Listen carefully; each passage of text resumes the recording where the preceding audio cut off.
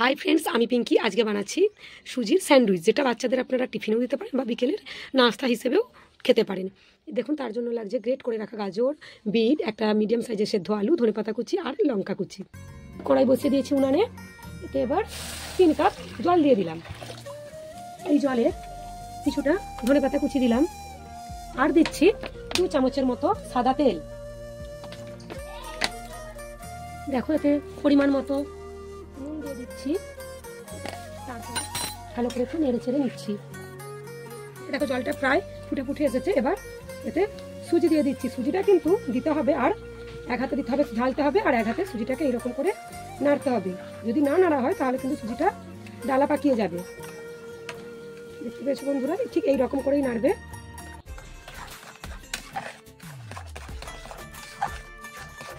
নেড়ে নেড়ে একদম সুজিটাকে শক্ত করে নেড়ে নিতে হবে।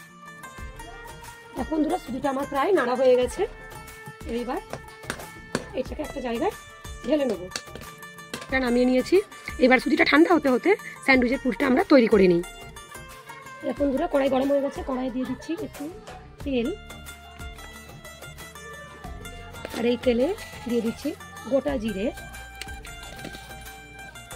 দিয়ে দিয়েছি। এবার দিয়ে দিচ্ছি গ্রেট করে রাখা বিট, গাজর, কাঁচা লঙ্কা কুচি আর ধনেপাতা কুচি।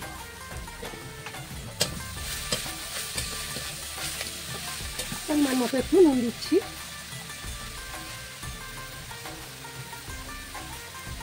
এইটাকে ঢাকনা দিয়ে ঢেকে একটু সেদ্ধ করে নেব। এই দেখো বন্ধুরা, আমার কিন্তু সেদ্ধ করে হয়ে গেছে। এইবার সেদ্ধ করে আলু আমি ম্যাশ করে করে দিয়ে দিচ্ছি এইটার মধ্যে।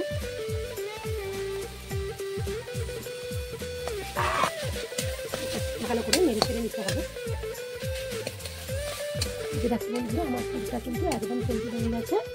এইবার এটাকে জায়গায় নামিয়ে নেব।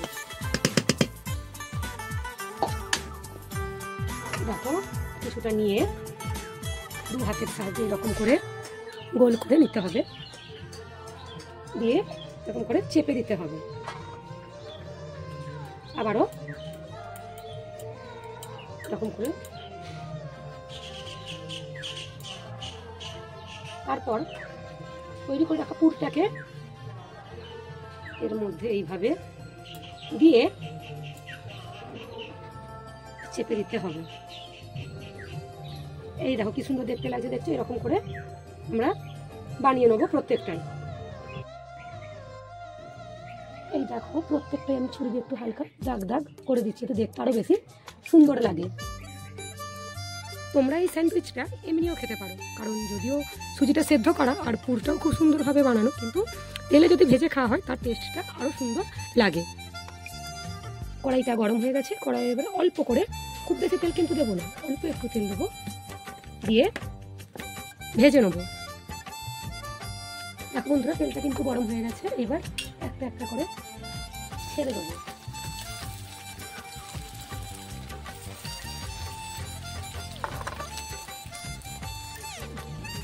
এই দেখো বন্ধুরা, 2.5-3 মিনিট প্রায় ভেজে নিয়েছি একটা পিস।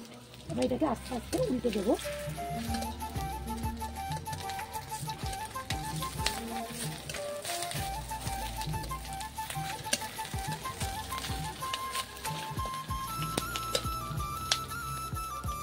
দেখো, উল্টো পাল্টে আমরা দুদিকতে খুব সুন্দর করে ভেজে নিয়েছি। এইবার এটা হয়ে গেছে, এটাকে তুলে নেবো।